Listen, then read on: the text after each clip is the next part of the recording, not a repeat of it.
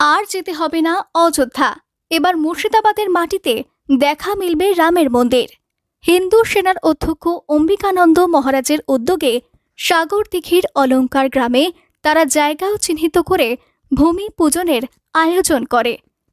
দক্ষিণ ভারত থেকে নিয়ে আসা হয় অষ্টধাতুর রামলালার মূর্তি।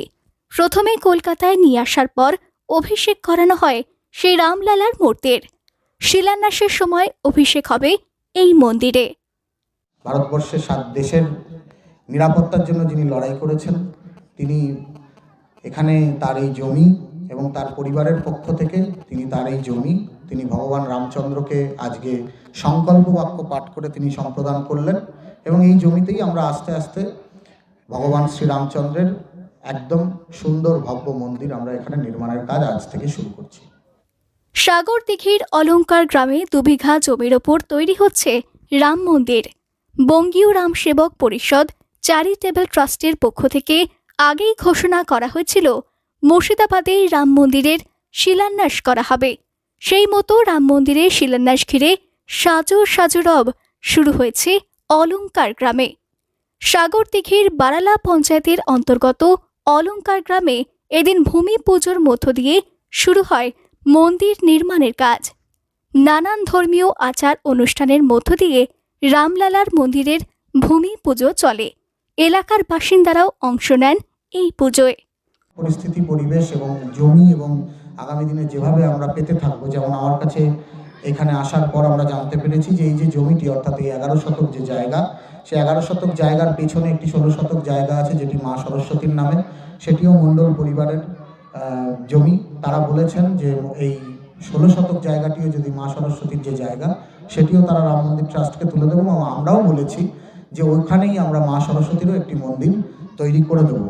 এবং ভূমি পুজো ও শিলান্যাস উৎসব প্রসঙ্গে বঙ্গীয় রাম সেবক পরিষদ চ্যারিটেবল ট্রাস্টের অধ্যক্ষ অম্বিকানন্দ মহারাজ জানিয়েছেন, একজন অবসরপ্রাপ্ত সেনাকর্মী প্রশান্ত মণ্ডল তিনি জমি দান করেছেন। সুন্দর ভব্য মন্দির নির্মাণের কাজ শুরু হলো। মন্দিরের সঙ্গে নানান সামাজিক কাজকর্ম হবে। রাস্তাঘাট থেকে পানীয় জল, আলো, এলাকার আর্থ সামাজিক উন্নয়ন হবে মন্দির নির্মাণের সঙ্গেই। বিদ্যালয় ছাত্রাবাসও তৈরি হবে ট্রাস্টের পক্ষ থেকে। তিনি আরও বলেন, যেমন যেমন অর্থ সাহায্য পাওয়া যাবে সেভাবেই মন্দির নির্মাণের কাজ এগিয়ে যাবে। প্রত্যন্ত অঞ্চলে মানুষের জীবনযাত্রার মান পিছিয়ে থাকে। একটা মন্দির যদি পারে এলাকায় উন্নয়ন করতে, জীবনযাত্রার মান পাল্টে দিতে, সেখানেই মন্দির হওয়া দরকার। মন্দির শুধুমাত্র উপাসনাস্থল বা পূজার্চনার জায়গা নয়। তবে মুর্শিদাবাদ জেলাতে আগত পর্যটকরা যারা আসবেন, আগামী দিনে হাজারদুয়ারির পাশাপাশি সাগরদিঘি ছুটে গিয়ে রাম মন্দির দর্শন করতে পারবেন বলেই আশাবাদী সকলে। এখানে শুধু মন্দির মানেই শুধুমাত্র একটা মন্দির বা শুধুমাত্র উপাসনালয় বা পুজো অর্চনা নয়।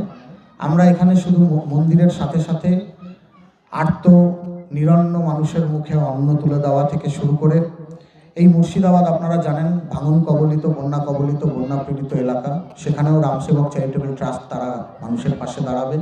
এছাড়াও এখানে আমি আসার পথে দেখেছি এখানকার রাস্তাঘাট অত্যন্ত অনুন্নত। এখানকার মানুষের কাছে সঠিক পানীয় জল পরিষেবা পৌঁছয় না, অনেক কষ্ট করে মানুষকে থাকতে হয় এখানে। স্ট্রিট লাইটগুলো সেইভাবে এখানকার প্রশাসন আমি জানি না কেন দেননি তারা।